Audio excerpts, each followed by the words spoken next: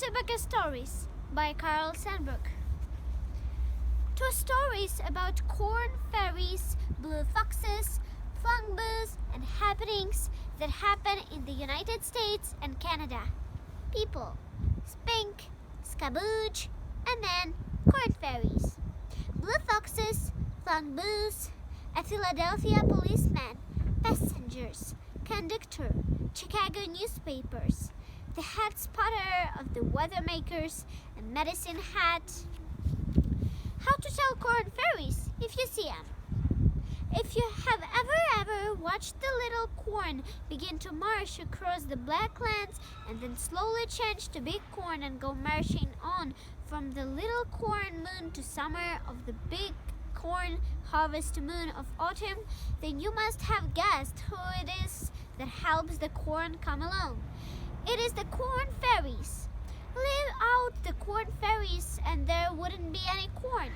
All children know this. All boys and girls know that corn is no good unless there are corn fairies. Have you ever stood in Illinois or Iowa or watched the late summer wind of the early fall winds running across a big cornfield? It looks as if a big long blanket were being spread out for dancers to come and dance on. If you look close and if you listen close, you can see the corn fairies come dancing and singing sometimes. If it is a wild day and a hot sun is pouring down while a cool north wind blows, and this happens sometimes, then you will be sure to see thousands of corn fairies marching and countermarching in the mocking grand marshes over the big long blanket of green and silver. Then too they sing, only you must listen with your littlest and newest ears if you wish to hear their singing. They're singing soft songs that go blah sizzy, sizzy, and then each song is softer than an ivy, softer than a Nebraska baby's stump. And Spink, who is a little girl living in the same house with the man writing the story, and Skabooge, who is another little girl in the same house. Both Spink and Skabooge are asking the question, how can we tell corn fairies if we see them? If we meet a corn fairy, how will we know it?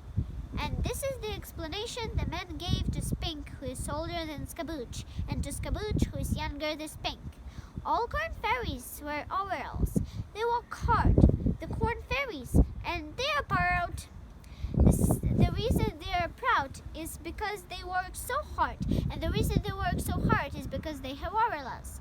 But understand this, the overalls are corn and gold cloth, woven from leaves or ripe corn mixed with ripe October corn silk. In the first week of the harvest moon coming up, red and changing to yellow and silver, the corn fairies sit by thousands between the corn rows, weaving and stitching the clothes they have to wear next winter, next spring, next summer. They sit cross-legged when they sew, and it is a law among them. Each one must point the big toe at the moon while sewing the harvest moon cloths. When the moon comes up red as bloody early in the evening, they point their big toes slanting toward the east.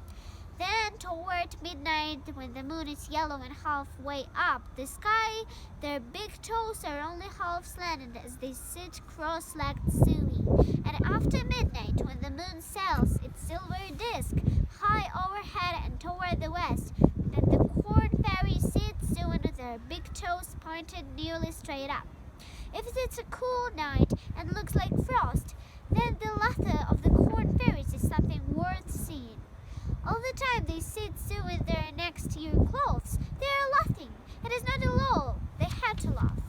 They laugh because they are half tickled and glad because it's a good corn year. And whenever the corn fairies laugh, then the laugh comes out of the mouth like a thin gold frost. If you should be lucky enough to see 1,000 corn fairies sitting between the corn rows and all of them laughing, you would laugh with young wonder yourself to see the gold frost coming from the mouths while they laughed. Travelers who have traveled far and seen many things say that if you know the corn fairies with a real knowledge, you can always tell by the stitches in their clothes that state are they from. In Illinois, the corn fairies stitch 15 stitches of ripe corn silk across the woven corn leaf cloth. In Iowa, they stitch 16 stitches. In Nebraska, 17. And the farther west you go, the more corn silk stitches the corn fairies have in the corn clothes they wear. In Minnesota, one year there were fairies with a blue scythe of corn flowers across the breast. In the Dakotas, the same years, all the fairies wore pumpkin flower neckties, yellow fourth in hands, and yellow scots.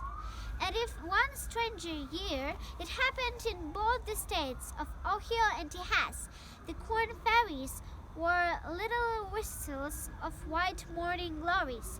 The traveler who heard about this asked many questions and found out the reason why that year the corn fairies wore little whistles of white morning glories. He said, "Whenever fairies are sad, they were white, and this year, which was long ago, was the year men were tearing down all the old zigzag rail fences.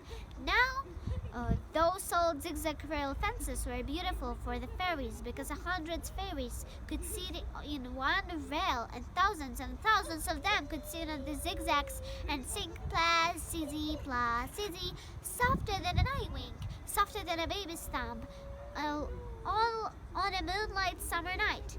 And they found out that the year was going to be the last year of the zigzag rail fences. It made them sorry and sad. When they are sorry and sad, they were white. So they picked their wonderful white morning glories running along the zigzag rail fences and made them into little whistles and wore those whistles the next years to show they were sorry and sad. Of course, all this helps you to know how the corn fairies look in the evening, the nighttime, and the moonlight.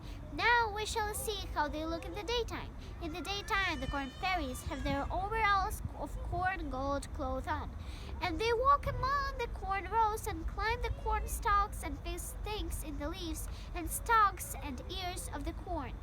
They help it to grow. Each one carries on the left shoulder a mouse brush to brush away the field mice.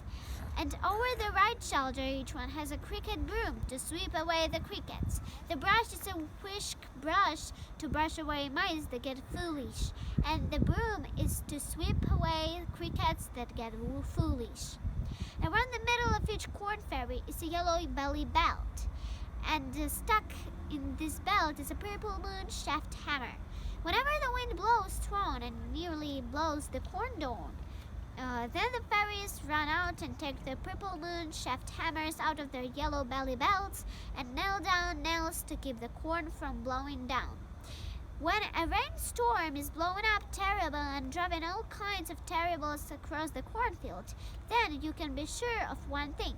Running like the wind among the corn rows are the fairies, jerking the purple moon shaft hammers out of their belts and nailing nails down to keep the corn standing up so it will grow and be ripe and beautiful when the harvest moon comes again in the fall. Spink and Scabooch ask where the corn fairies get the nails. The answer to Spink and Scabooch is: next week you will learn all about where the corn fairies get the nails to nail down the corn if you will keep your faces washed and your ears washed till next week. And the next time you stand watching a big cornfield in late summer or early fall, then the wind is running across the green and silver. Listen with your littlest and newest ears. Maybe you will hear the corn fairies going pla-sizzy, pla-sizzy-sizzy, softer than an eye wing, softer than a Nebraska baby's thumb.